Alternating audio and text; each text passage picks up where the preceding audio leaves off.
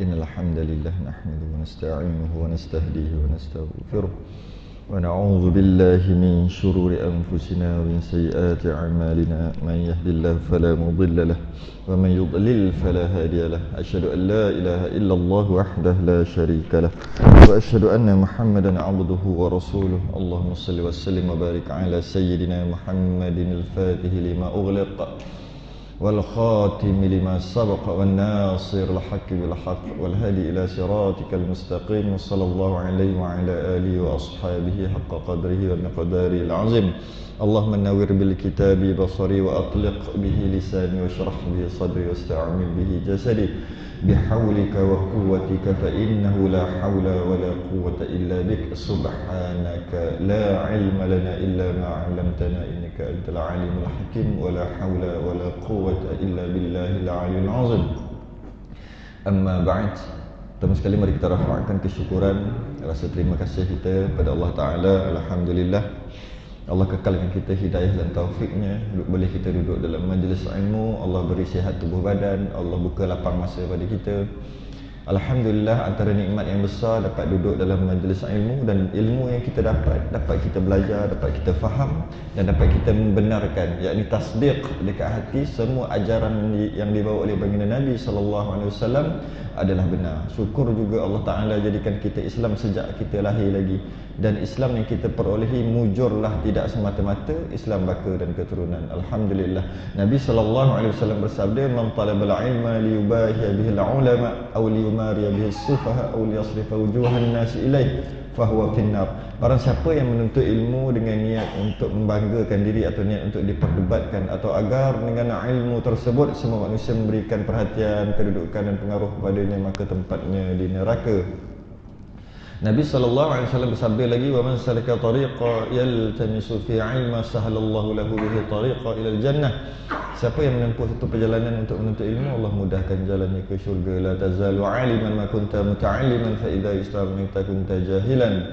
Kita semua sentiasa menjadi orang alim selagi mana kita menjadi berstatus pelajar. Sekiranya kita berasa cukup dan kita berhenti belajar, sewaktu itu kita tergolong dalam golongan yang seburuk-buruk kejahilan. InsyaAllah kita manfaatkan pertemuan kali ini dengan meneruskan bacaan kitab daripada kitab Kifayatul Muhtadi fi Syarhi Sulam Mubtadi, dan kita masih lagi dalam bab perkara yang membatalkan wuduk.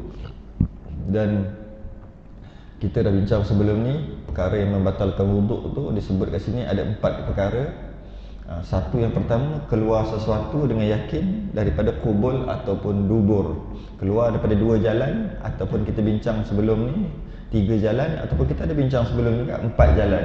Maka semuanya membatalkan. Tapi kalau muntah tak batal. Muntah tak batal, dia keluar ikut mulut, muntah tak batal wuduk. Cuma muntah tu najis lah, tapi tak batal wuduk. Dia hanya keluar ikut kubul dan dubur, sama ada 2 jalan, 3 jalan ataupun 4 jalan. Macam mana kita bincang baru je 3 hari lepas. Muka surat Rumi, muka surat 60, Jawi muka surat 46.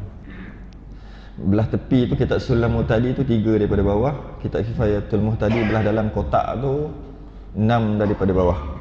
Qala al-mu'allif rahimahullahu ta'ala wa nafa'ana wa iyyakum bi'ulumi fid darin amin ya rabbal alamin.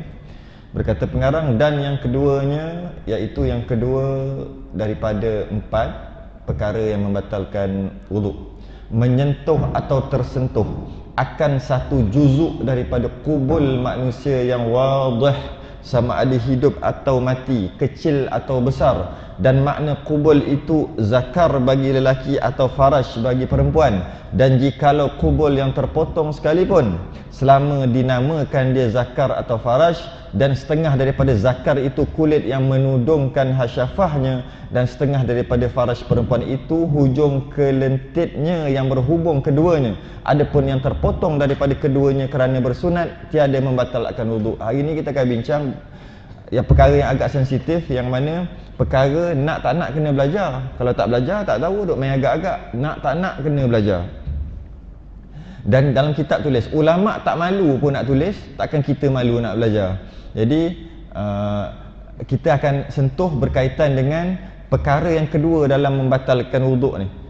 Perkara yang pertama, keluar sesuatu kubul dan dubur. Sama ada 2 jalan, 3 jalan ataupun 4 jalan. Yang kedua, menyentuh atau tersentuh kubul manusia ataupun dubur manusia.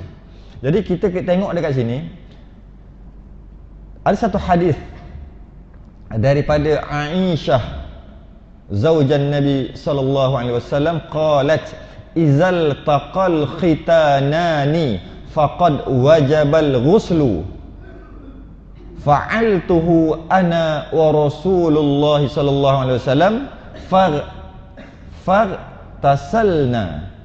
Dari Aisyah isteri Nabi sallallahu alaihi wasallam berkata, apabila 2 khitan saling bertemu, maka sesungguhnya telah wajib mandi. Aku dan Rasulullah sallallahu alaihi wasallam melakukannya dan kami mandi. Kat sini antara beberapa ulama istinbat daripada hadis ni, iaitu beberapa perkara. Yang pertama disebut kat sini, dia disebut kat sini berkaitan dengan khitan, berkaitan dengan kubul manusia yang dipotong. Izal taqal khitanani, bila 2 khitan tu bertemu. Apa yang kita dapat faham daripada hadis ni, apabila 2 khitan, kita dapat faham berjima lah, bersetubuh lah. Tapi Nabi SAW sebut, kan saya selalu sebut, sahabat tanya, dia seorang pelayar, dia biasa naik kapal pergi jauh-jauh, kemudian tak ada air, dah kurang dah air mutlak, air putih tu dah kurang, air minum tu dah kurang, dan air untuk dia berwuduk, untuk mandi wajib dah kurang dalam atas kapal dia. Yang ada air laut berlambak lah sebab dia atas laut. Kemudian dia tanya Nabi, boleh kalau lain kali jadi macam tu, aku nak buat macam mana? Sama ada nak kena tak ada air hujan ataupun nak buat macam mana? Nabi sebut apa tau? Bolehkah aku guna air laut? Katanya. Nabi kata apa? Airnya suci dan bangkainya halal bagi kamu. Nampak tak? Apa ni? Yang ditanya air, nak guna air apa? Nabi boleh jawab, gunalah air laut. Okey, air mutlak. Habis cerita. Kenapa Nabi sebut juga bangkainya halal bagi kamu? Nabi bercakap, Nabi ada satu sifat, dia panggil jawami'ul kalam. Cakap dia tu banyak makna. Cakap sikit banyak makna. Itu sifat Nabi. Dan antara mukjizat juga. Dan apabila disebut kat sini, apabila bertemu 2 khitan, padahal boleh disebut apabila telah berjima, bersetubuh 2 orang, maka wajib mandi. Bila disebut apabila bertemu 2 khitan, kita faham maksud tu lah, tak ada maksud lain lah. Cuma ada perkara lain yang boleh kita buat keluar dengan sebab disebut apabila bertemu 2 khitan. Maksudnya 2 orang tu mesti khitan. Bila 2 orang LGBT ke? Dulu mana ada LGBT? Masa waktu tu, zaman Nabi tu mana ada? Memanglah ada waktu tu, zaman Nabi Lut lagi dah ada. Waktu tu mana ada? Jadi maksudnya apa ni? Maksudnya lelaki dan perempuan bila khitan, maksudnya apa? Tempat sunat bertemu maka wajib mandi. Maksudnya apa? Maksudnya bersetubuh. Maksudnya berjima. Jadi kat sini tak apalah bab tu, memang pun wajib mandi. Tak apa, tak ada masalah. Masalahnya Nabi sebut, apa ni? Bukan Nabi, isteri Nabi sebut apabila bertemu 2 khitan. Maknanya lelaki dan perempuan kena khitan tak? Ada tak disyariatkan untuk bersunat lelaki dan perempuan? Adalah. Kalau tidak, takkan disebut macam tu. Katalah tidak disyariatkan perempuan untuk bersunat, maka bila isteri Nabi Aisyah berkata bila bertemu 2 khitan, maknanya lelaki dengan lelaki lah. Logik ke isteri Nabi cakap macam tu? Tak logik. Jadi kerana itulah dalil syariat disyariatkan berkhitan ni bagi lelaki dan perempuan. Bukannya bagi lelaki saja. Khitan ni sunat lah, bahasa Melayu kita panggil. Masuk jawi, boleh lah semua. Cuma yang kita faham, yang kita biasa risaukan anak lelaki. Sebenarnya bukan anak lelaki, anak perempuan sekali. Dua-dua adalah wajib. Kalau kita tengok, khitan ni adalah syiar Islam. Zaman apa? Yang Jerman tu, Nazi yang bunuh semua Yahudi tu. Nazi kan? Macam mana dia nak tahu nak bunuh Yahudi? Mana dia tahu? Kadang-kadang dia boleh mengaku, aku bukan Yahudi, dia mengakulah yang lain-lain. Macam mana dia orang boleh tahu? Macam mana kata siapa dia punya yang pembunuh tu? Ketua dia? Hitler kata, aku simpan sikit Yahudi, aku biar dia hidup sikit. Aku nak bagi dunia kenal ni jahanam Yahudi ni. Dia kata, kalau boleh, aku boleh nak bunuh semua Yahudi, tapi aku simpan sikit. Yang sikit tu yang Jahannam sekarang ni. Yang ada ni, yang Israel. Aku simpan aku simpan sikit nak bagi kau orang kenal. Tak kisahlah tu kafir dengan kafir. Ceritanya apa? Macam mana dia nak tahu tu Yahudi? Kalau orang tu buang IC dia, buang semua, simpan jambang sikit, boleh mengaku bukan Yahudi? Boleh. Macam mana tahu? Dengan dia orang selak. Bagi lelaki dia selak. Oh, sunat. Sebab yang bersunat hanya Yahudi dan Islam. Dalam kes ni cerita dia nak bunuh orang Yahudi. Jadi tengok. Jadi maksudnya boleh dikatakan itu adalah syiar Yahudi juga. Sebab sunat ni bukan daripada Nabi kita je, sebelum lagi Nabi Ibrahim lagi. Jadi itu jadi syiar orang Yahudi. Samalah boleh katakan, faham tak? Syiar, lambang. Syiar ni lambang. Samalah juga dengan akikah, korban, azan. Yang kita duk azan kuat-kuat ni, solat berjemaah, ramai-ramai datang dekat masjid surau, dakwah, kesenian, ukiran ataupun tauladan yang baik, ataupun Aidul Fitri, Aidul Adha, semua tu syiar. Dan termasuklah syiar adalah khitan. Okey, korban, kita buat korban dia mesti syiar. Korban tak sampai maksud. Kalau kita korban sembelih lembu ni, sembelih kambing ni kat mana? Dalam rumah, tak sampai matlamat. Maksudnya apa? Korban ni adalah syiar. Bila syiar ni bahasa Arab, bahasa Melayu kita panggil lambang. Bila syiar, bila lambang, dia kena letak kat mana? Ada ke lambang BMW ke Mercedes ke dalam bonet? Dia letak kat mana? Tempat yang paling senang orang nak tengok. Sebab tu namanya lambang. Dia letak kat depan sekali. Jadi macam tu juga dengan azan. Kenapa azan kena kuat? Sebab syiar. Kalau dia tutup azan, tak pasang speaker, tak mic, tutup semua, itu bukan, tak sampai matlamat azan. Azan adalah syiar, tak sampai matlamat. Jadi macam tu juga dengan benda-benda lain. Dan fahamnya tok-tok guru kita, orang tua dulu kita, macam mana tak? Nak bersunat kalau orang lelaki dia buat macam mana? Siap ada majlis, angkat, rendam sungai, rendam jamu makan, buat program-program tertentu, nampak meriah. Nampak tak syiar dia tu? Nampaklah syiar. Sekarang bawa elok je pergi keluar kereta, parking depan klinik je. Masuk-masuk, keluar-keluar dah macam tu dah. Lepas tu balik, duduk kat rumah seminggu, 2 minggu, klaim tu tercabut, 3 minggu ke berapa minggu, dah elok keluar pakai main basikal macam biasa. Mana syiar ni? Tak ada.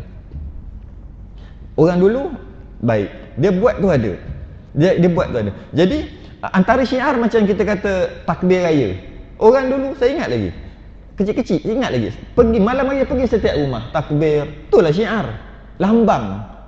Kita tak sorok. Ni tak boleh. Takbir hanya dalam surau masjid je. Itu pun tak boleh buka mic. Itu bukan syiar. Tak sampai maksud. Jadi termasuk juga syiar adalah khitan. Itu adalah syiar. Jadi bila ianya syiar, dia mesti dilakukan oleh perempuan ataupun lelaki. Zalika wa man yu'azzim sya'airallah fa innaha min taqwal qulub. Demikianlah, dan sesiapa yang menghormati syiar agama Allah, maka sesungguhnya perbuatan itu satu kesan daripada sifat takwa orang-orang mukmin. Maksudnya bagus syiar ni. Dan termasuklah syiar juga haji umrah tu, Kaabah tu juga syiar, lambang. Dan bila ditonjolkan, mesti kita tonjolkan. Tonjolkan. Hukum berkhitan bagi mazhab Syafi'i, lelaki dan wanita, lelaki dan perempuan adalah wajib, bukan sunat. Mazhab Syafi'i. Kedengaran sekarang ni duduk nak bincang balik sunat ni bagi orang perempuan boleh ke tak, nak tanya doktor. Tak ada dah. Sebab apa? Dia ada dalam syariat. Bila dia ada dalam syariat, kita tak perlu dah nak tanya doktor. Maksud tak perlu dah, sebab dia ada dalam syariat. Kalau dia tak ada dalam syariat, barulah tanya doktor. Sekarang dia ada dalam syariat. Dalam syariat diwajibkan pada mazhab Syafi'i, lelaki dan perempuan bersunat, berkhitan. Dah. Kenapa pula nak kena kaji-kaji? Katakanlah kaji kata bersunat ni tak elok. Takkan kita nak menidakkan syariat agama kita sendiri? Takkan kita nak macam tu? Katalah setelah dibuat kajian mengatakan kalau kita setiap hari kita puasa, tak boleh puasa selama maghrib subuh sampai maghrib, tak. Dia puasa hanya sampai asar je. Itu yang paling baik untuk kesihatan. Takkan kita nak ikut? Ataupun puasa yang sebenarnya bukan sampai maghrib. Setelah dibuat kajian yang sebenar, puasa untuk mencapai kesan maksimum setelah dibuat kajian, puasa mestilah pada subuh sampai ke isyak. Takkan kita nak ikut? Habis kajian mengatakan itu adalah puasa yang kajian apa? Kajian sains lah cerita ni. Kita tak ikut dia. Kita tak ikut. Kenapa kita tak ikut? Dalam syariat dah ada. Memang kita tak ikut. Tapi yang itu kita betul, kita terasa mengarut betul. Tapi dalam bab ni kenapa kita rasa macam nak ikut je, macam ya je. Khitan bersunat daripada awal lagi dah buat, dan ada dalam syariat hukumnya wajib bukan sunat. Cuma pada mazhab Hambali lelaki wajib, mazhab Syafi'i lelaki dan perempuan wajib bersunat. Mazhab Hambali wajib lelaki bersunat, perempuan dia tak wajib, dia panggil makramah, kemuliaan. Kalau katalah perempuan tu bersunat, maka dia satu kemuliaan bagi dia, satu kemuliaan bagi dia. Tapi tak wajib bagi orang perempuan. Dan mazhab Hanafi dan Maliki juga lelaki sunat je, tak wajib. Mazhab Maliki dan Hanafi sunat. Sunat apa? Sunat untuk sunat. Sunat untuk berkhitan. Bagi perempuan harus. Okey, mungkin nak tukar mazhab ke apa ni? Yang katanya kerana apa? Kerana mengikut kajian orang lelaki dalam mazhab Syafi'i, dihukumkan dengan wajib bersunat kerana masalah kesihatan dan masalah kebersihan. Yang besarnya masalah kebersihan, nak sembahyang bimbang tak sah. Itu kerana itu wajib bagi orang lelaki bersunat, berkhitan. Bagi orang perempuan, dia masalah berkaitan dengan nafsu. Tahun 80-an dah mula orang tak ambil peduli sangat bab mengkhitan, mensunatkan anak perempuan. Tahun 80-an dah mula kurang. Tahun 90-an lagi teruk. Tahun 2000 lebih boleh dikatakan, bila tanya muda-muda kahwin umur 20-an masa tu, ngaji tak? Bila tanya, anak perempuan dah berapa dah? 2 tahun. Dah sunat dah? Anak orang perempuan pun kena sunat dah? Tu tahun 2000 ke atas. Bila anak tu lahir tahun 2000 ke atas, agak-agak sekarang umur berapa? 18 lah. Itu yang tengok sekarang macam mana budak-budak. Macam mana budak-budak umur 18 sekarang. Lain macam. 3-4 lelaki selamba. Pelik-pelik buka dalam apa ni, buka dalam internet, berlambak. Kita bukan nak tengok benda tu. Tapi tengok, ya Allah mudanya. Ya Allah kenapalah jadi macam ni? Kenapa boleh jadi sampai macam ni sekali? Sebab apa tau? Banyaklah sebab ibu bapa dia tak peduli semualah. Dan antara sebab juga adalah sebabnya adalah tak sunat. Bila tak sunat, nafsu dia lain macam sikit. Lain macam. Bukan lelaki cari dia cari lelaki. Kerana tu disunatkan. Kerana tu diwajibkan pada mazhab Syafi'i, disunatkan kerana dia berkaitan dengan nafsu. Bagi lelaki disunatkan kerana berkaitan dengan kebersihan. Macam mana pun betul berlaku khilaf pada mazhab Maliki dan mazhab Hanafi, sunat je lelaki untuk khitan. Tapi dari segi kebersihan susah. Mazhab Maliki, najis ada kat badan masih lagi sah sembahyang dia. Kita tak sah kalau ada najis kat badan. Jadi berbeza mazhab, berbezalah syarat dan rukun. Tak bolehlah kita nak ambil macam tu je. Dan disebut juga dalam matan ni, disebut kat sini, kulit yang menudungkan hasyafahnya. Jadi budak yang belum bersunat, kita panggil dia ada kulub, dia panggil. Kulub. Kulub ni, dia macam selaput warna putih dan ianya najis. Kalau ada dekat badan, tak sah sembahyang. Jadi kena cuci. Sebab tu lah kalau dah balik tak sunat, agak-agak setiap kali nak sembahyang ni cuci je. Mampus. Jadi sebab tu lah diwajibkan untuk khitan. Kerana selaput putih tu adalah najis. Jadi orang yang baru masuk Islam, kan? Orang yang baru masuk Islam pada mazhab Syafi'i hendaklah terus khitankan dia. Terus kekhitankan dia kerana dia ada kena mengena dengan sah ataupun tak sah ibadah. Fahamkan dia betul-betul, fahamkan mu'allaf yang baru masuk tu betul-betul apa yang perlu dia lakukan, apa yang tak perlu dia lakukan kan. Dia kena sembahyang suci daripada najis. Dia tu belum sunat. Bila dia tak sunat ada najis kat sini. Kena cuci setiap kali nak solat, kena suci. Itu orang Islam. Kena sucikan, kena basuh dan setiap kali sekurang-kurang 5 kali sekian satu. Bila kita faham, kita pula cerita pasal kebersihan dan kita cerita pula pasal kebaikan. Kebaikan apa?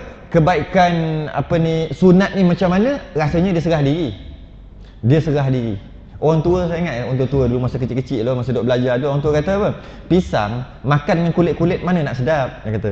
Pisang makan dengan kulit-kulit mana nak sedap? Buang kulit tu. Kalau kita fahamkan mu'allam tu, orang baru masuk Islam tu, dia akan serah diri. Tak apalah, sunat lah. Kita faham dari segi perubatan, dari segi kedoktoran, dari segi hukum syarak, dia akan serah. Dan terbukti sekarang ramai anak-anak daripada bangsa lain, agama lain duk sunat. Ramai. Kerana apa? Dia mengakui bahawasanya betul bersih. Memang bersih. Jadi kalaulah kerana tak nak sunat menyebab dia tak masuk Islam, masa ni barulah boleh kita ni sikit. Oh tak nak masuk Islam tapi tak nak sunat. Maksudnya apa? Dia tak nak sunat. Tapi kalau tidak, kalau sunat dia tak nak masuk Islam. Kerana sampai macam tu sekali, mana besar? Sunat ke Islam? Pastilah Islam lagi besar. Jadi maka sebab tu masa tu baru boleh bertaklid pada mazhab Maliki, mazhab Hanafi. Tak apalah, masuk Islam, tak payah sunat tu. Bila dah masuk Islam, beberapa bulan didik dia tentang agama, harap-harap lepas tu dia sunat lah. Cuma janganlah sebab keras sangat mesti sunat. Kalau tak boleh sunat, baik kau jangan masuk. Oh, kalau macam tu sekali menyebabkan dia tak masuk Islam. Tak cerdik pula, tak ada hikmah langsung. Cuma cantiknya bagi faham tu. Kita mazhab Syafi'i macam ni. Jadi kena sunat. Sunat juga baik untuk kesihatan. Doktor juga mengesahkan, orang putih juga ramai yang sunat gini. Ni yang baik ini. Dan hukum kita juga, kita nak sembahyang nanti kena cuci setiap kali, nanti jadi sakit, jadi macam-macam. Jadi nak sunat tak? Dia kata boleh tu kalau dah ni. Kalau kata tak boleh, potong taramaunya. Tak mau potong punya. Kalau potong tamu Islamnya, kalau macam tu okeylah, tak payahlah, saja je masuklah Islam, tak payah potong. Macam tu lah. Kemudian fahamkan dia lepas tu. Kerana apa? Hikmah lah sikit. Nak keraskan benda tu, last sekali tak masuk Islam. Islam lagi besar daripada sunat tu. Cuma kena fahamkan betul-betul. Dan kalau budak yang belum berkhitan, maknanya ada najis dekat selaput tu. Najis. Bila dia panggil kulub. Kawan saya ada nama dia Kulub Syarif. Kawan tu. Kita duk ejek dia lah masa duduk tu, duk ejek kulub. Rupanya nama Kulubun Syarifun ni nama yang sangat cantik. Yang dimaksud kulub ni, kulub yang maksud kulub kawan saya ni, qaf lam ba, qalbun, kulubun syarifun. Apa? Hati yang murni, hati yang baik. Baguslah nama macam tu, tapi sebab dia lebih kurang kulub tu kaf ni qaf, qulub, qaf, qalbun kan qulub. Salah cakap. Salah. Lepas tu lepas mengaji 2-3 tahun baru tahulah patut nama dia elok, kita duk ejek dia kulub. Yang kulub ni lain. Kulub ni pa. Dan kaf. Dan apabila seorang yang budak yang belum berkhitan, dia dikira menanggung najis. Dekat mana? Dekat kulub tadi tu lah. Jadi bila dia mana? Dia budak lelaki yang tak sunat lagi, naik atas orang semayang, batal semayang kalau tak alih dengan segera. Kita duduk tahiyatul mubah, anak manja-manja duduk. Umur 4 tahun, 5 tahun, 6 tahun, 7 tahun. 7 tahun biasa dah kot. Kalau tak lah, kalau tak 7 tahun atau 6 tahun lah, yang logiknya 6 tahun kot. 6 tahun datang duduk atas riba. Kalau kucing duduk atas riba tak batal. Walaupun kucing tu tak pernah basuh berak. Pastinya adalah najis, kesan-kesan najis dekat punggung dia. Tapi kalau dah memang ada najis, memang tak sah juga. Samalah. Sekarang ni kat punggung dia tak ada. Elok aja. Tapi dia pernah basuh tak? Pecah rekod lah kalau kucing pernah basuh. Maknanya kita tahu ada najis kat situ. Sebab dia tak pernah basuh. Dia naik atas riba, manja sangat, tak batal semayang. Tak batal. Walaupun dia tak pernah basuh berak. Anak kita umur 6 tahun yang belum bersunat, maka ada najis. Bila ada najis tu dekat kulub tu, dia naik atas kita tengah semayang, kan? Batal semayang kalau kita tak alih dengan segera. Kita kena ambil alih dengan segera, dan alih tu tak boleh lebih daripada 3 gerak kanan, samalah juga. Kalau dah angkat Dengar, ni kiblat ke mana dah ada memang batal lah sebab tu. Maksud kena alih, tak tahulah nak buat macam mana pun. Kalau tolak kesian pula kot. Pandai-pandai lah macam mana pun. Macam mana nak buat? Alihkan segera. Dan alih tu pula tak boleh dalam dengan cara mengangkat, tak boleh. Dan sebenarnya kita angkat letak tepi, batal. Kita kena menanggung juga. Kita kena tolak, maksudnya kena macam ni. Macam tu. Ikut tepi. Kita tak boleh angkat. Angkat namanya menanggung juga, walaupun kita untuk letak kat tepi. Itu perbahasan tu bab najis nantilah. Jadi samalah juga kanak-kanak yang ada diapers, yang duk pakai tu, duk kencing dalam tu, ada kan, dia naik atas orang sembahyang, dia pijak kaki orang sembahyang, dia cukup dia pijak. Lama lah maksudnya. Kalau pijak tu tak apa, sebab bila dia sekejap dimaafkan, dia pijak atas kaki. Ni kaki nak sembahyang kat sebelah, pakai pampers ataupun tak sunat lagi. Kerana itulah budak tak sunat, dia tak boleh duduk sekali dekat dalam saf. Banyak sebab, antaranya putus saf. Yang keduanya, kalau takut dia terpijak, kalau sentuh macam ni masih lagi okey, maksudnya tak batal. Saf dah putus dah situ. Tapi kalau dia naik ni, naik ni. Dia pijak bukan ibu, anak jari kaki yang ujung sekali ayah dia. Dia takut ayah dia lari. Dia pijak sikit je, macam tu je kena. Kena sikit je, macam ni. Batal sembahyang ayah dia. Kerana menanggung najis yang ada dekat kulub, ada dekat anak dia, batal. Jadi cara macam ni, ayah dia kena tarik cepat-cepat. Tapi pijak, tarik, pijak. Budak tu mana tahu? Duk tarik, pijak, batal sebab 3 gerakan, batal sebab lain pula. Jadi kat situ kena hati-hati lah dalam bab tu. Jadi masa kita sembahyang tak boleh ada najis dekat badan. Pernah berlaku satu peristiwa, Nabi SAW dia buang selipar masa solat. Nabi sembahyang pakai selipar. Dia sembahyang pakai selipar, Allahu Akbar. Bila Allahu Akbar, terus buang selipar. Kerana apa? Kerana Jibril turun bagi tahu yang Muhammad ada najis dekat selipar kau. Dia pun buang masa sembahyang.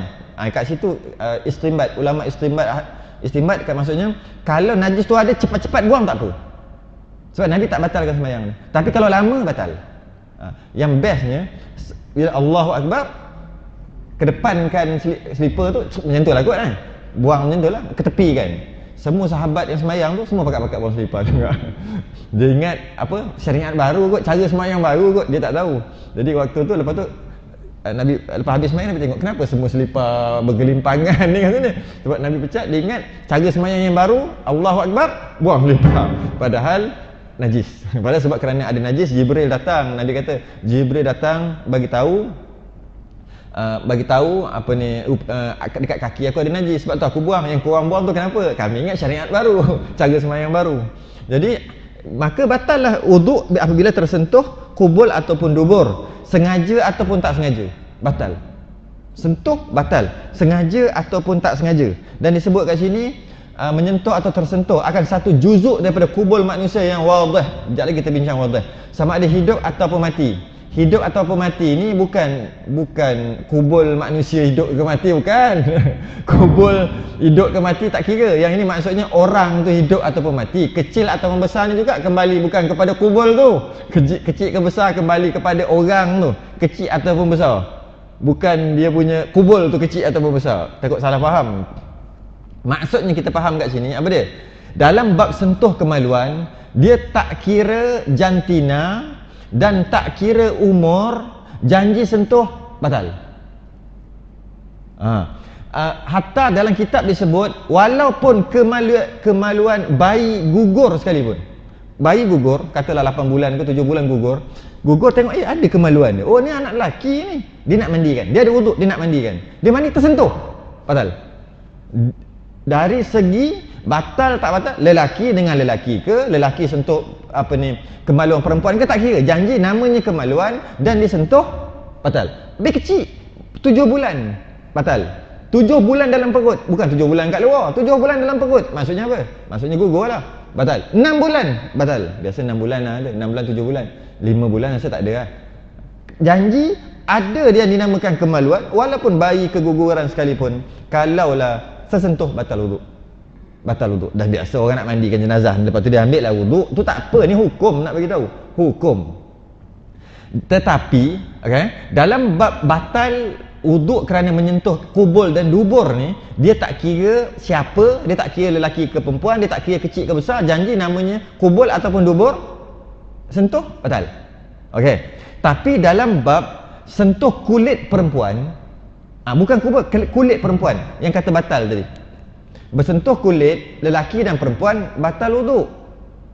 Adakah kaedah yang sama? Maksudnya janji sentuh aja berlainan yang boleh kahwin dengan dia batal. Adakah macam tu? Kalaulah kemaluan, dia tak kira engkau boleh kahwin dengan yang disentuh tu, anak sendiri ke, tak kira, ataupun termasuk diri sendiri pun. Janji sentuh tu nama kemaluan batal. Walaupun kecil walaupun besar. Dalam bab sentuh lelaki perempuan. Kalau dalam bab bersentuh kulit batal wuduk. Okey, bersentuh kemaluan batal wuduk secara mutlak. Bersentuh kulit batal wuduk, dia diambil kira budak tu dari lelaki dan perempuan lah. Kalau lelaki dengan lelaki sentuh mana batal. Lelaki dan perempuan bersentuh kulit yang mana dia panggil ajnabi, ataupun kita boleh kahwin dengan perempuan tu walaupun dia budak sekalipun, dia boleh kahwin dengan dia. Nak tahu batal ke tak batal wuduk, dia tengok budak tu, adakah budak tu dewasa ataupun tak dewasa. Maksudnya macam ni, untuk batal wuduk dari segi sentuh kulit, dia tengok dia ada kaitan dengan nafsu. Kalaulah seorang tu, pertama, kalau sentuh baligh dengan baligh, selesai, memang batal lah, tak payah cerita lah. Dia boleh kahwin dengan ni, baligh dengan baligh, sentuh batal. Laki perempuan sentuh batal walaupun suami isteri sekalipun. Okey, ini bukan ini tak baligh lagi. Belum baligh lagi. Lelaki dan perempuan sentuh kulit, belum baligh lagi, salah seorang belum baligh. Okey, bila belum baligh, batal ke tak? Contohnya ada budak, kalau lelaki besar, dewasa, budak kecil, salam-salam. Masa dia salam tu, pertama boleh tak salam? Yang kedua, batal tak wuduk? Kalau lah batal wuduk, maka haram salam. Kalau tak batal wuduk, maka baru boleh salam. Walaupun berlainan jantina, sebab dia nama budak. Soalannya kat sini, budak kecil boleh? Baby batal tak? Pegang baby perempuan, kita lelaki, batal tak wuduk kita? Tak batal. Okey, kalau baby tak batal, kalau umur 2 tahun? Tak batal. Umur 3 tahun? Tak batal. Umur 4 tahun? Tak batal. Tak, kita nak cakap batal tak batal tu, kita main apa? Kita main fikir sendiri ke? Mana boleh, ikut hukum syarak lah. 5 tahun? Tak batal. 10 ni, nampak kita mula guna kepala otak sendiri. Tak boleh lah, kena guna sendiri.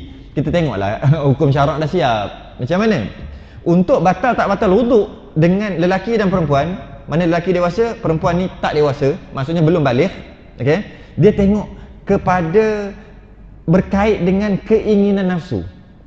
Nafsu orang normal, bukan nafsu orang tak normal ni. Orang tak normal, baby pun dia tengok lain macam tu, bengong tu. Ini normal. Kalau kita tengok perempuan, budak, macam dah jadi perempuan lah. Maksudnya dah jadi perempuan. Kita nampak tu perempuan dah tu. Nampak tu dah ada shape, dah ada bentuk, dah macam mana nak cakap? Dah nampak, oh ni perempuan dah ni. Waktu tu kalau dia dah baligh, tak payah cerita perempuan ke, nampak macam lelaki sekalipun memanglah batal. Ni kira dia tak baligh lagi. Tengok je. Dia belum baligh lagi, belum datang haid lagi, belum. Tengok, umur apa? 10. Tak boleh salam. Kenapa kita cakap tak boleh salam? Sebab kalau orang normal yang otak ni sihat, dia ada rasa, ada feeling, ada keinginan. Cuma orang tak heran budak-budak, tapi keinginan tu ada. Tapi kalau baby, orang sewel je ada keinginan dengan baby. Maksudnya tak ada lah. Jadi macam mana nak tentukan? Tentukan berdasarkan macam mana bentuk, macam mana rupa budak tu. Kalau rupa budak tu, walaupun umur baru 7 tahun, tapi dia jenis baka besar. Baka badannya bapak dia besar ke contohnya, dia lain macam sikit. Macam dia jadi perempuan lah, macam dah perempuan lah. Ni bukan budak lagi ni. Sebut je macam tu, maka sentuh dia batal wuduk. Salam haram walaupun umur 7 tahun. Hati-hati cikgu dan ustazah. Sama juga budak lelaki. Tengok dah ada ketul-ketul lah sikit. Jadi bapak duk main gym, anak pun ketul-ketul jugalah kot. Umur 7 tahun tapi lain macam lah. Nampak macam cara dia, mecet dia, tak ada main lari-lari, tak ada tengok. Tak boleh. Jadi kalau cikgu haram salam ni, cikgu perempuan. Macam tu juga, terbaliknya macam tu lah. Ni kejap habis je UPSR kan. Dah terima kasih cikgu dapat UPSR A5A, salam, cium tangan, salam. Berdosa je. Yang mana berdosa? Yang mana dia salam tu kalau dah baligh memang berdosa awal-awal lah. 6 tahun, umur 12 tahun ataupun nak masuk 13 tu biasa banyak dah baligh dah. Boleh salam ke cikgu dia? Terima kasih cikgu matematik, terima kasih, salam. Haram. Kerana dah baligh. Ini tak baligh lagi, katalah belum baligh, tapi dah ada dah nampak dah keperempuanan tu. Haram juga. Dan batal wuduk. Jadi cikgu, kadang-kadang ustazah ke, ustaz ni kadang-kadang yang mengajar jaga-jaga bab ni. Kadang-kadang dia bawa anak dia datang surau, datang masjid, okey tak apa, anak perempuan. Kemudian bila jumpa, salam ustaz. Saya kadang-kadang, kejap. Tengok dulu. Baru salam. Kau tak boleh. Kadang-kadang satu kita nak ajar dia lah. Kau suka je suruh aku nak kena ambil wuduk je lagi. Pertama, yang kedua berdosa sentuh kau. Batal wuduk satu hal, haram salam satu hal. Kena ambil wuduk, batal wuduk. Satu hal aku kena ambil wuduk pula. Aku nak sembahyang isyak je lagi. Contohnya. Jadi kena tengok. Kita tengok. Kalau nak salam dengan budak-budak perempuan ni, kejap. Tengok dulu. Oh, tak ada apa-apa. Salam. Tapi kau tengok, dah balik ke? Dah balik ke dah? Umur berapa? 9 tahun. 9 tahun pun tak boleh. Sebab 9 tahun permulaan balik. Kalau dah keluar haid, tak boleh salam. Keluar haid, balik, habislah cerita. Okey. Dan itu dari segi bezalah. Dari segi sentuh kemaluan, walaupun baby keguguran sekalipun batal, dalam bab sentuh kulit lelaki perempuan, dia kena tengok dia ada berkaitan dengan keinginan nafsu. Dan yang batal pula apabila menyentuh kemaluan ni, yang batal hanya batal wuduk orang yang menyentuh, tak batal wuduk orang yang disentuh. Kalau jantinanya sama ataupun mahram, lelaki dengan lelaki, lelaki sentuh kemaluan lelaki, sama ada lelaki itu dewasa ke, lelaki itu tak dewasa ke, tak kira. Kan sentuh kemaluan dia tak kira. Okey, dia tak kira siapa. Jadi katalah sentuh anak ke, nak basuh kencing anak ke, anak lelaki, tak kisahlah. Apabila bersentuh je lelaki menyentuh kemaluan lelaki, yang batal menyentuh, yang disentuh tak batal. Yang disentuh tak batal. Tuan punya kemaluan tak batal. Tapi biasa kalau budak, tak adalah wuduk. Tak katalah orang besar ke tersentuh, manalah nak tahu. Tak kira lah nak buat macam mana, buatlah masalah macam mana pun. Ini hukum, kita cerita hukum. Berlaku tak berlaku nombor 2. Jadi apabila bersentuh kemaluan lelaki dengan lelaki, maka yang batal hanya yang menyentuh. Walaupun dia tak boleh kahwin pun dengan orang tu. Nak kahwin macam ni, sama jantina sekalipun, tetap batal juga yang menyentuh, yang disentuh tak batal. Ataupun yang disentuh tu mahram dia tak boleh kahwin. Mak dengan anak. Mak dengan anak, mak tersentuh kemaluan anak lelaki dia. Boleh kahwin tak dengan? Tak boleh kahwin kan? Batal tak wuduk mak? Batal. Batal tak wuduk anak? Tak batal. Katalah anak tu ada wuduk, tak batal. Jadi yang batal adalah yang menyentuh saja. Yang disentuh tak batal. Dan kalaulah yang disentuh tu adalah dirinya sendiri, maksud dia menyentuh dan dia disentuh, batal tak? Mestilah batal. Confirm dah lah dia batal, sebab dia sentuh dan dia sendiri yang disentuh. Dia menyentuh, dia sendiri yang disentuh. Sebenarnya nak kira dia tak batal, sebab yang disentuh tak batal, yang menyentuh pun dia juga, maka sebab itulah batal. Yang ketiga, yang menyentuh dan yang disentuh tu, yang menyentuh dan yang disentuh tu bukan mahram. Katalah bukan mahram, dia boleh kahwin dua ni. Okey, dia boleh kahwin. Maka seorang lelaki menyentuh kemaluan seorang perempuan, atau perempuan menyentuh kemaluan seorang lelaki, batal wuduk. Okey, batal wuduk tu bukan sebab kemaluan tu, sebab menyentuh kulit. Sebab lelaki perempuan, dia ada 3 keadaan lah. Biasa ni suami isteri lah. Okey, dan disebut juga kat sini, kalau kita tengok kat sini, wadih. Ini antara beberapa perkara. Akan satu juzuk daripada kubul manusia yang wadih. Wadih ni confirm. Wadih ni yang cenderung. Kemaluan wadih adalah kemaluan yang memang nyata kemaluan. Tu dia. Kadang-kadang kalaulah ada 3 keluar, sekarang yang mana satu kemaluan? Takkan 3-3 kan? Jadi sekarang nak tahu adakah 3-3, adakah salah satu, tengok yang wadih dia panggil. Dalam bab ni khunsa lah. Khunsa dalam bab ni. Khunsa dia ada 2 kemaluan ataupun ada 3 kemaluan. Jadi kalau maksud kemaluan yang wadih, maksudnya ceritanya lelaki sentuh perempuan, yang kita cerita tadi, lelaki dengan lelaki, perempuan dengan perempuan, itu cerita tu. Tapi bila khunsa dengan lelaki, khunsa dengan perempuan, hukum dia beza. Beza dah. Kenapa pula berbeza? Sebab khunsa ni dia ada 2 alat.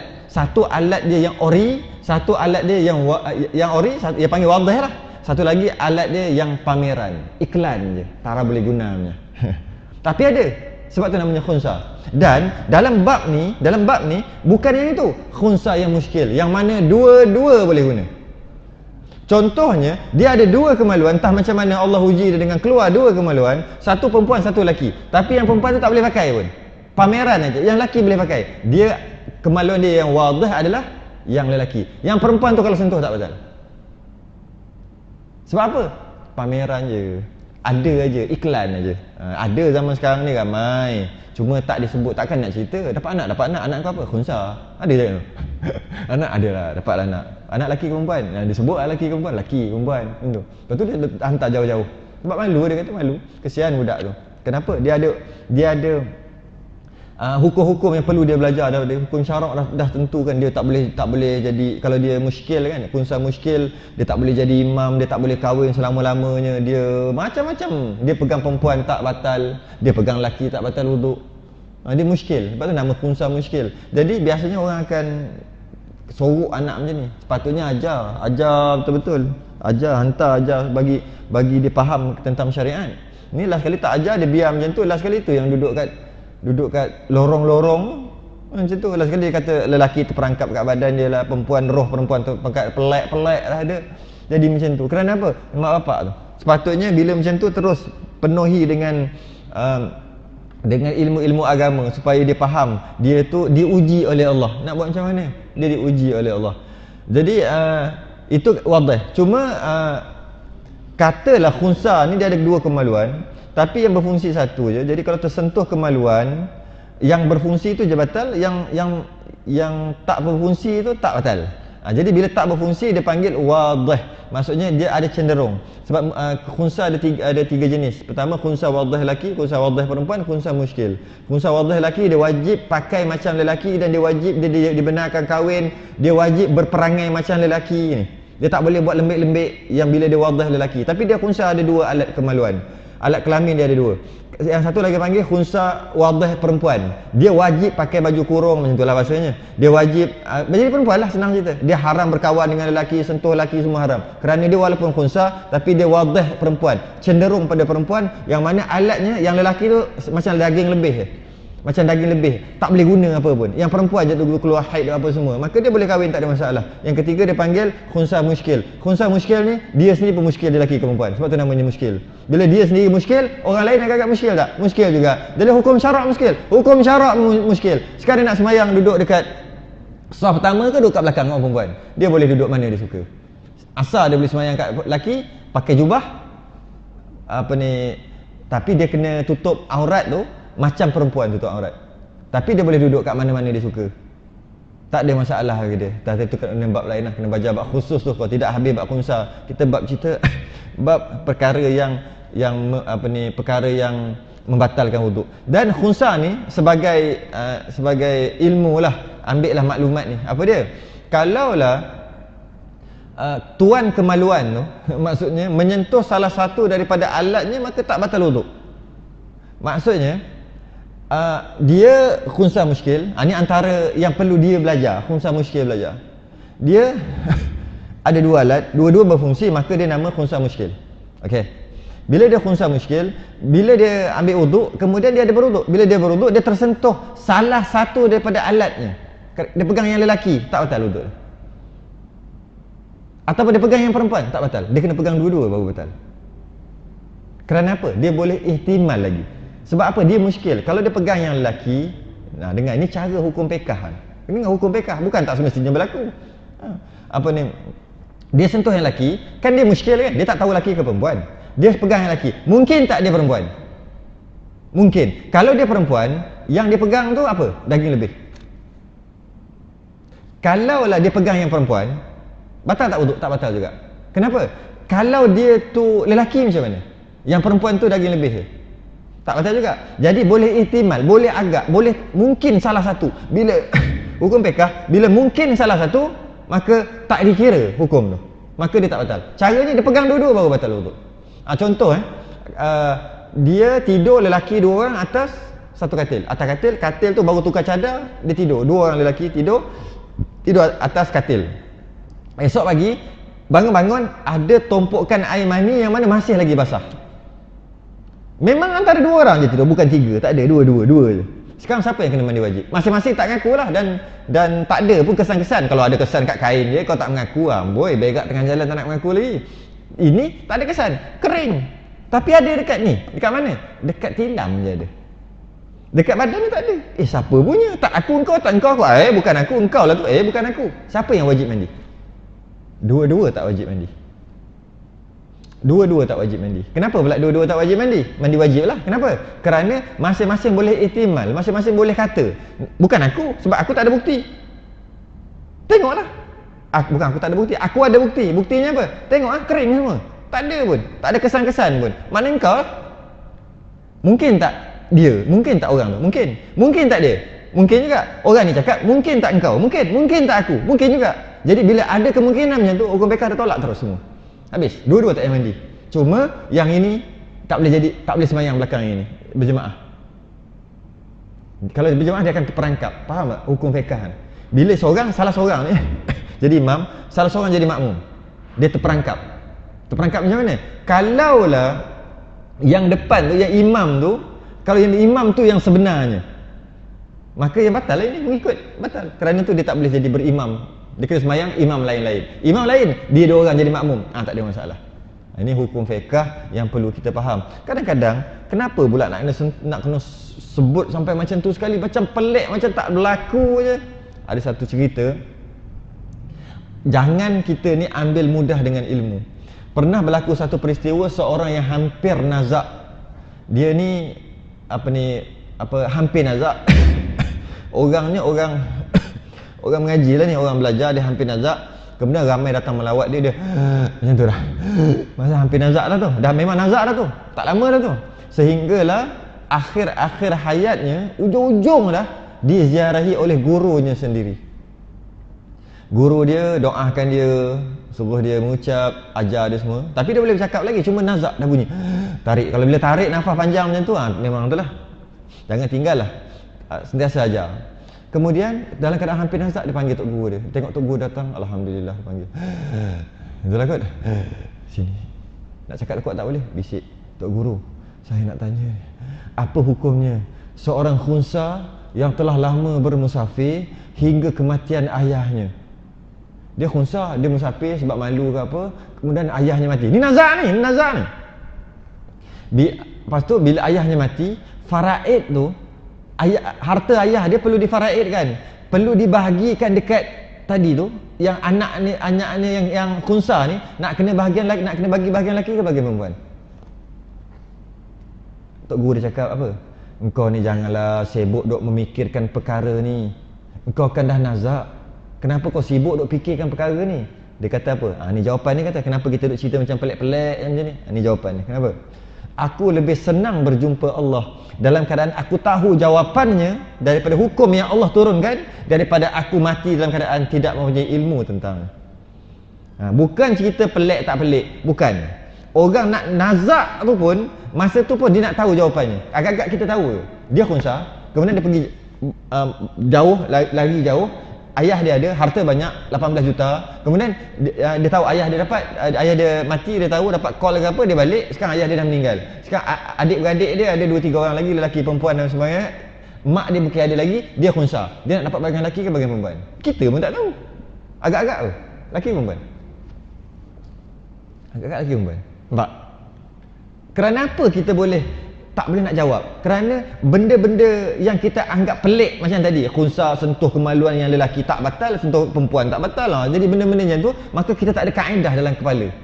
Bila tak ada kaedah, bila kita nak teka pun tak boleh. Padahal janganlah teka hukum syarak, belajarlah. Cuma kita nak teka pun kerana kita tak ada maklumat langsung. Kenapa kita tak ada maklumat? Kita pelik benda ni, terus tak nak belajar. Tak berlaku lah, terus tak nak belajar. Orang macam ni, dia terima faraid dia mengikut perempuan, bukan mengikut lelaki, walaupun dia khunsa. Kenapa? Kenapa? Sama juga, kaedahnya sama. Kaedah sama, tidur atas katil yang sama, ada tumpukan yang mandi, dua-dua tak payah mandi, tapi seorang tu tak boleh sembahyang di belakang seorang yang lain. Dia kena imam lain. Dia tak boleh dia jadi imam, salah seorang jadi imam, dia jadi makmum. Tak boleh. Sama juga bila seorang khunsa, dia menyentuh khunsa muskil, dia menyentuh kemaluan lelaki, dia tak batal. Tak batal pun. Kenapa? Mungkin dia perempuan. Mungkin dia perempuan, itu jadi daging lebih. Dia sentuh perempuan, tak batal juga. Yang perempuan punya. Kenapa? Mungkin dia perempuan, dia lelaki, yang itu daging lebih. Ada tu perbicaraan tu. Jadi agak-agak kenapa bila khunsa tu, bila macam tu lah, dia kena terima yang perempuan, bukan yang lelaki. Kerana kalaulah dia tu kalau dia tu perempuan, sebenarnya dia khunsa muskil. Sekarang dia terima faraid yang bahagian perempuan, maknanya sikit lah kan. Lelaki banyak kan, 2 bahagian kan, lelaki 2, perempuan 1. Jadi dapat sikit ikut bahagian perempuan, mengikut hukum syaraknya. Kenapa kira perempuan? Kenapa tak ambil lelaki? Kenapa tak lelaki, perempuan bahagi 2 ke? Lebih sikit daripada perempuan, kurang sikit pada lelaki ke? Kenapa nak ambil perempuan? Dengar ni. Apabila, kalau contohnya dia khunsa muskil ni, kalau betul dia perempuan, maka betul tak dia dapat bahagian perempuan? Betul lah sebab dia perempuan. Kalau perempuan, kalau dia lelaki, dia ada ambil tak harta orang? Tak, malah tak cukup lagi kan? Maka dia ada buat dosa dengan orang tak? Tak. Kalau dia ambil bahagian lelaki, kalau dia lelaki, dia ambil bahagian lelaki 2 bahagian. Kalau dia lelaki, maka betul tak dia dapat 2 bahagian? Betul. Kalau dia perempuan, dia ada ambil tak orang punya? Ada, adik-adik dia punya, maka dia makan haram. Kerana itulah, walaupun kita nampak macam entah apa-apa, tapi kalau kita perhati lebih mendalam, dia ada ilmu tentangnya. Dan disebut juga kat sini, kemaluan yang masih sempurna, yang terpotong dari badan sekalipun, dia kata kat sini. Maksudnya kemaluan entah macam mana, aksiden tercabut, tergolek. Dia nak pergi apa? Nak pergi sembahyang, ada wuduk, Allah kata nak cari, nak kutip dengan apa ni? Dia kutip lah, mungkin dia kutip tangan, kutip macam kecai ke apa. Ni macam pelat, tengok. Loh, benda tu. Dia pun ambil dengan tangan, bubuh, batal wuduk dia. Walaupun dah tercerai daripada badan. Berbeza dengan orang perempuan. Orang perempuan, dia aksiden tercabut tangan. Okey, matilah kot, tercabut tangan mati. Kita pun bawa kata nak pergi surau, ada wuduk dah. Kita tengok, ada tangan. Kita pegang tangan tu, tak batal wuduk. Tangan perempuan. Dengan syarat dia tercabut daripada badan, tak batal lah. Tapi kalau kita pegang kemaluan tu, batal. Walaupun dah tercabut. Tu beza dia. Kalau badan, anggota badan, jari ke apa kan, kita pegang, ni perempuan punya ni, perempuan tercabut jari, kita pegang yang perempuan tu, kita masuk dalam plastik lah kot kan, tolong bomba, tolong ambulan masuk. Kalau lah yang anggota tu semua anggota lain selain pada kemaluan, maka tak batal wuduk dia, walaupun dia sentuh kulit perempuan, kerana dah tercabut daripada tempat asal. Tapi kalau kemaluan, walaupun tercabut, sentuh tetap batal juga. Okey. Yang maksudnya yang bertentangan ni lah jantina. Dan jika katakanlah disebut yang terakhir sekali apa tadi kat sini, ada pun yang terpotong daripada keduanya apa? Perempuan dan lelaki yang bersunat, maka dia ada lebihan. Bila bersunat nama dia potong. Bila dia potong, adalah yang terpotong tu kerana bersunat. Jadi yang terpotong tu tak batal wuduk. Habis kata tadi pegang kemaluan walaupun tercabut batal wuduk, yang itu dalam bentuk sempurna lagi. Kalau bentuk hancur, berkecai, jadi macam daging kisar, berkecai, yang itu tak batal. Habis yang batal kata sentuh kemaluan tadi, itu yang elok-elok lagi, walaupun dia terputus, elok-elok lagi, yang itu batal. Tapi yang ini dia tak elok. Maksud tak elok apa? Dia dah terpotong, dia tak rupa asal. Dia bukan komplit, dia tak komplit, dia sikit. Tudung yang menutup syafah je. Jadi bila yang itu pegang tak batal. Tu hukum fiqh je. Apa dia? Yang mana?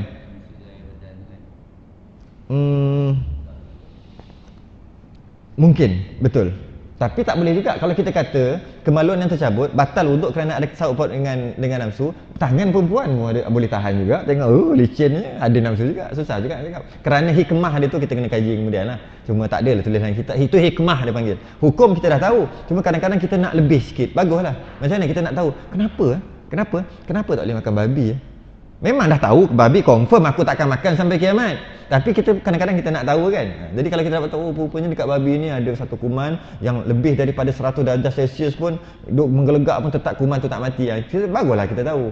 Cuma walaupun kita tahu ke, kita tak tahu ke, hukum kita dah tetap pegang. Jadi yang ini susah juga nak jawab tu kenapa kemaluan. Kerana mungkin juga kerana kemaluan ni adalah khusus, disebut kemaluan. Bila kemaluan walaupun dia dah terpotong tetap batal juga. Dia khusus. Kalau kulit ni dia umum sikit, bersentuh kulit secara umum. Macam itulah. Dan kalau kita tengok ada mazhab-mazhab lain yang tak batal sentuh kemaluan. Contohnya mazhab Hanafi. Mazhab Hanafi tak batal sentuh kemaluan dia. Jadi apa guna sebut mazhab Hanafi? Katalah seseorang tu, kita tengok orang apa, orang India ke apa ke kan datang dari sini ke, dia mandi ke apa, duduk main seluk-seluk. Wih, engkau batal lo ke apa tak payah. Sebab dia mazhab Hanafi, tak payah kita nak kacau dia lah. Tak payah. Kan dia mazhab Hanafi tak batal. Kerana apa? Kerana ada satu peristiwa kami solat bersama Rasulullah SAW. Tak kali selesai solat, datang seorang lelaki bagaikan seorang badui dan dia berkata, "Ya Rasulullah, apa pandangan kamu mengenai seorang lelaki yang menyentuh zakarnya di dalam solat?" Orang badui ni pelik-pelik sungguh. Tengah sembahyang pun boleh sempat lagi. Lepas tu baginda menjawab, "Tidakkah sebahagian daripada tubuh kamu? Tidakkah kemaluan tu sebahagian daripada tubuh kamu? Jadi apa masalah? Kau pegang ni batal tak? Tak, itu kemaluan. Taklah batal juga." Mazhab Hanafi ambil hadis ni. Tapi pada mazhab Syafi'i hadis ni tak sabit bagi dia. Jadi maksudnya khilaf lah, berlaku khilaf mazhab Hanafi. Dan mazhab Syafi'i dan mazhab Hanbali batal sentuh kemaluan. Cakap batal tadi. Mazhab Syafi'i yang batal sentuh apa? Tapak tangan. Bukannya belakang tangan, tapak tangan. Yang mana tapak tangan disebut nanti kat bawah ni. Apabila kita sentuhkan dua macam ni dan kita tekankan sikit. Apa yang bersentuh yang senang, ambil tepung, ambil bedak. Okey, dah ada, kita buat je ni. Okey, lepas tu kita tengok mana bekas bedak tu. Itu dinamakan tapak. Yang itu bersentuh kemaluan yang batal. Selain daripada tu tak batal. Tepi ni tak batal. Sebab tepi bedak kena? Tak kena kan? Tak kena. Kat tepi ni, kat sini tak batal. Belakang lagi dah tak batal. Siku kalau boleh buatlah, nak buat macam mana pun tak batal. Kerana apa? Kerana yang batal tapak tangan. Dan tapak tangan juga yang macam ni, yang tapak tangan yang bila kita tekan. Jadi itu mazhab Syafi'i lah. Jadi tapi mazhab Hanbali beza pula. Mazhab Hanbali dengan belakang tangan pun batal. Tapak tangan dan belakang tangan pun batal. Mazhab Syafi'i hanya tapak tangan. Jadi bila ada beberapa, tahulah kita dia benarnya khilaf. Dalilnya Busrah bin Safwan mendengar Rasulullah SAW bersabda, "Man massa zakarahu falyatawadda." Siapa yang menyentuh zakarnya maka wuduk, kata Nabi. Jadi mazhab Syafi'i sabit hadis ni. Mazhab Hanafi tak. Jadi masing-masing lah.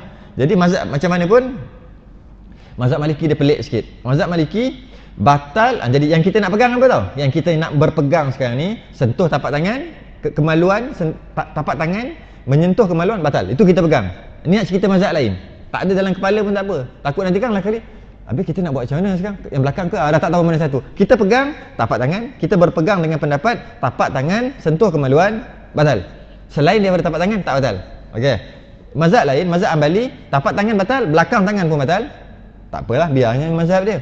Mazhab Maliki sentuh kemaluan, mazhab Hanafi sentuh kemaluan langsung tak batal, sentuhlah macam mana pun. Mazhab Maliki batal sentuh kemaluan sendiri. Sentuh kemaluan lelaki lain tak batal. Tu mazhab Maliki, dia pelik sikit. Sebab dia kata man massa zakarahu, siapa yang menyentuh zakarnya. Nabi kata siapa yang sentuh zakarnya. Nya tu kembali kepada siapa? Kembali kepada apa? Siapa yang menyentuh? Kembali kepada orang yang menyentuh lah. Kan? Siapa yang menyentuh zakarnya maka batal. Nabi tak cakap siapa menyentuh zakar maka batal. Tak. Siapa menyentuh kemaluan maka batal wuduk. Tak. Nabi sentuh siapa yang menyentuh zakarnya. Bila nya, nampak? Ulama bincang sampai detail. Bila nya tu kembali kepada siapa? Penyentuh lah. Bila penyentuhlah batal. Orang lain tak batal. Nampak? Tu mazhab Maliki.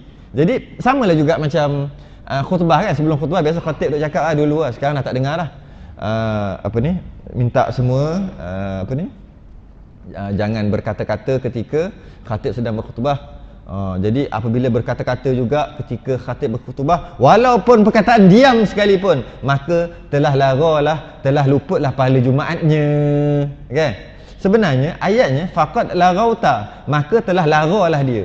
Nabi kata bila seseorang tu dia khatib sedang di atas mimbar, dia bercakap-cakap dengan sahabatnya walaupun perkataan diam sekalipun, maka faqad, maka larauta, maka telah laralah dia. Maka telah laralah dia. Jadi apa yang lara? Bilal tadi tersilap cakap, dia kata apa yang lara? Solat Jumaat. Bukan, salah kembali tu. Bukan kembali kepada solat Jumaat. faqad laghaw ta tu bukan kembali pada solat Jumaat, bukan. Kembali kepada bercakap-cakap diam tadi tu. Jadi maksudnya kalau orang bercakap-cakap ketika khatib sedang berkhutbah, tak luput pahala Jumaat. Tapi tak elok lah, tak ada adab, tapi tak luput pahala Jumaat. Apa yang luput? Faqad laghaw, apa yang laghaw? Dia biasa kata, orang bising, kawan dia bising, dia kata, diam khatib tengah tu, dengar. Dapat pahala tak dia cakap macam tu? Sekarang ni ada orang cakap tu, dia kata, ustaz tengah cakap tu, apa ni, diam dengar. Tu hukum penting tu, dengar. Dapat pahala tak dia nasihat tu? Dapat pahala. Namanya pahala menasihat. Suruh diam. Okey. Tapi kat dalam khutbah Jumaat, bila seseorang suruh seorang ni diam, sepatutnya dapat pahala kan? Tak dapat pahala. Maka faqad laghaw ta tu kembali kepada suruhan diam tu, sepatutnya dapat pahala tapi tak dapat. Bukan luput pahala Jumaat, suka hati je nak letak domain salah letak. Dia panggil salah letak, kembali tu. Sama dalam bab ni, man massa zakarahu falyatawadda. Siapa yang menyentuh zakarnya maka batal wuduk. Mazhab Maliki kata, Imam Malik kata, dia kata nya, Nabi kata nya. Maknanya tu siapa yang menyentuh zakarnya sendiri, zakar orang lain tak. Menarik kan? Kuat juga hujah kan? Macam ni kita pegang apa tadi? Kita pegang sentuh batal. Ni cerita mazhab lain je. Walaupun ada hadis-hadis yang lain tapi tak sabit pada mazhab Maliki. Memang tak sabit. Jadi Imam Syafi'i dia guna qiyas, dia panggil mafhum muwafaqah ataupun aula apa ni, qiyas aulawiyat dia panggil. Macam mana tahu? Kalaulah saya nak cerita benda lain dulu. Kalaulah seseorang tu dia tinggal sembahyang kerana bukan sebab sengaja, sebab dia tertidur. Dia tak sengaja, dia tidur macam biasa pukul 12.30 malam, dia bangun pukul 8 pagi. Maknanya dia sembahyang subuh tak? Tak. Dia tinggal sembahyang subuh tu dengan sengaja ke tak? Tak. Bukan dia jaga tidur balik, bukan kan? Dia tidur tahu-tahu pukul 8. Dia berdosa tak kerana tak sembahyang subuh? Berdosa. Dia tinggal sembahyang tu tak sengaja. Berdosa tak dia kerana tinggal sembahyang subuh? Tak berdosa. Tak berdosa. Sebab dia tak sengaja. Yang berdosa macam mana? Bunyi azan, sikit lagi tidur, pukul 8 bangun, berdosa. Tu sengaja. Tapi kalau dia tidur tahu-tahu bangun pukul 8, mana berdosa? Okey, kena qada tak? Mesti kena qada. Okey. Kalaulah apa ni, dia tinggal tu tak sengaja, kena qada. Kalau dia tinggal dengan sengaja, lagi tu dia panggil kan, bahasa apa, min babil aula, lagi lah wajib. Sebab engkau tinggal tak sengaja pun wajib qada, dia tinggal dengan sengaja tak wajib qada. Accident melanggar kereta tak sengaja, kena ganti tak? Kena ganti tak orang tu? Kena lah. Kalau sengaja lagilah kena. Sama lah ni. Mazhab Syafi'i dia ambil kias tu. Macam mana? Kalau sentuh zakar sendiri batal wuduk, sentuh zakar orang boleh jawab, mana kaedah? Hebat balik. Tadi kita rasa mazhab Maliki dah hebat dah. Hebat balik mazhab Syafi'i. Tu yang seronok bila kita belajar. Rupanya diorang ni hebat sangat dah. Memanglah kita belajar je. Diorang memanglah cantik dah diorang ni. Nampak? Mereka berbahas-bahas. Mazhab Maliki dengar betul pula, Nabi kata sentuh zakarnya. Sentuh zakarnya, maka sentuh zakar orang lain tak batal lah wuduk. Imam Syafi'i kata kalau sendiri pun batal, yang lain takkan tak batal. Langgar kereta, langgar dinding orang, kena buat balik, kena ganti dinding tu. Kalau itu tak sengaja, kalau sengaja lagilah kena. Tak apa sungguh sengaja. Betul lah. Dan apa, maka berlakulah beberapa hukum yang berbeza kerana cara memahamkan nas tu berbeza. Bila memahamkan nas berbeza, maka hukum juga berbeza. Wal mutallaqatu yatarabbasna bi anfusihinna salasata quru'. Dan isteri-isteri yang diceraikan itu hendaklah dia menunggu dan menahan diri dalam iddah selama 3 quru'. Quru' tu ada 2 makna. Pertama makna suci, yang kedua makna haid. Sekarang nak ambil yang mana satu? Mazhab Syafi'i kata 3 kali suci baru boleh kahwin lain perempuan tu. Mazhab Hanafi kata 3 kali haid. Kenapa boleh jadi beza? Kerana quru' tu ada banyak macam-macam makna, cara menafsirkan nas. Contoh bab lain, an Nabi sallallahu alaihi wasallam qala zakatul janin zakatu ummi.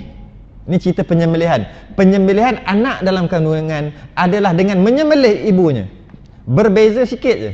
Zakatul janin zakatu ummi, itu mazhab Syafi'i. Mazhab Maliki zakatul janin zakata ummi. Beza sikit je, tu dengan ta. Maksud bila tu dengan ta bertukar pada mazhab Syafi'i, tu bermaksud penyembelihan anaknya adalah dengan menyembelih ibunya. Maksudnya kita sembelih ibu, tengok-tengok ada anak dalam perut, boleh makan tak anak tu? Boleh. Itu maksud Syafi'i. Menyembelih ibu maksudnya zakatul janin, zakatu ummi. Sembelih ibu macam tu lah juga, apa, sembelih ibu maka macamlah kita sembelih anak sekali. Maka anak tu boleh makan. Kalau lalu, saya tak lalu makan, geli. Tak apalah, cerita tu cerita lain, cerita geli tu. Ceritanya boleh makan anak dalam perut? Boleh. Kerana kita sembelih apa? Kita sembelih ibunya. Dalam mazhab Maliki dia ambil lain. Zakatul janin, zakat ta je beza. Ta umi, satu baris je, tu jadi ta. Maksud jadi beza. Maksudnya penyembelihan anak dalam kandungan sama macam penyembelihan ibu dalam ibu. Jadi maksudnya ibu sembelih tak? Ibu sembelih, anak pun kena sembelih. Jadi lepas sembelih, tengok ada anak, tengok hidup ke tak? Kalau hidup, kena sembelih anak tu. Hayah mustaqirah ke hayah masbuh? Hayah mustaqirah, sembelih, boleh makan anak. Kalau tak sempat sembelih, mati, bangkai anak. Beza sikit ni. Mazhab Maliki haram makan dalam perut kalau tak sempat sembelih, anak dalam perut kalau tak sempat sembelih, anak lembu ke anak kambing ke, haram makan. Mazhab Syafi'i boleh makan, halal, kerana menyembelih ibu sama macam menyembelih anak. Bezanya apa? Tu je. Sebab itulah berlaku macam-macam. Atau menyentuh atau tersentuh halaqah dubur, bulan hadapan. Cerita pasal dubur pula. Sekarang kita dah cerita pasal zakar dan faraj, cerita pasal dubur pula. Memang kita kena belajar benda ni. Kalau tidak, kita duduk syok sendiri. Konon-konon faham, konon-konon tahu, tapi sebenarnya tak tahu pun. Buat-buat macam tahu je. Bila orang tanya, mana dubur? Mana dubur yang sebenar? Kat mana batal wuduk bila sentuh dubur? Berapa ramai orang datang jumpa saya, dia kata apa tau? Ustaz, saya sekarang ni susah. Kadang-kadang masa pakai tuala, masa kita nak buka, nak pakai kain tu, dia tersentuh dia punya apa ni roti Bengali. Tersentuh. Bila tersentuh kena ambil wuduk tak? Saya mesti ambil wuduk. Soalan, tersentuh roti Bengali tu kena ambil wuduk tak? Sekarang dubur tu mana? Adakah itu ataupun di celahnya ataupun hanya di kedutan tu sahaja? Mana? Tak ada pun tanda bulat. Lain ada marker tanda bulat. Senang. Masuk je kawasannya, okey batal, sentuh kat situ. Sekarang mana? Susah juga nak jawab kalau kita tak tahu maksud dubur tu apa. Nampak macam hari-hari aku duk buang. Kat situlah aku buang. Aku dah pakar dah. Cuba tanya, dubur tu mana? Apakah yang dimasukkan dengan dubur? Kat mana tempat dia? Kat mana yang membatalkan? Kat mana yang tak batal? Tak boleh jawab juga. Lah kali dia akan fikir logik kan. Agak-agak dekat tempat yang keluar najis tu, lepas tu sekitarnya lah. Kau ambil kat mana? Kau main teka-teka. Mana boleh? Hukum syarat kan dalam mengaji. Kita akan sambung bulan depan tu. Wallahu a'lam wa ilmuhu atam. Kita tangguh, kita sudahi dengan tasbih kafarah dan suratul subhanakallahumma hamdika asyhadu an la ilaha illa anta astaghfiruka wa atubu. Bismillahirrahmanirrahim. Fi khusr alladziina. Assalamualaikum warahmatullahi wabarakatuh.